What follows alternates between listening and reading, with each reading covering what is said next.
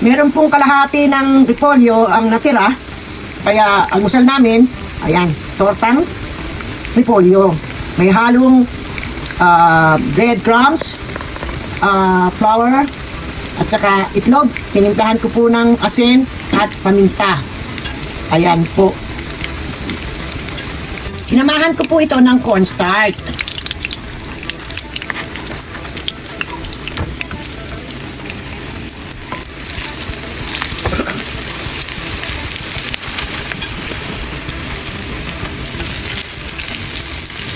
At syempre, masarap po ito kapag medyo yung ganyan, brown siya, na malutong-lutong.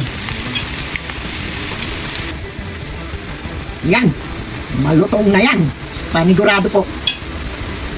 Ito po ang gagamitin ko. Wala po akong sausawan na suka o toyo. Ito lang, sapat na.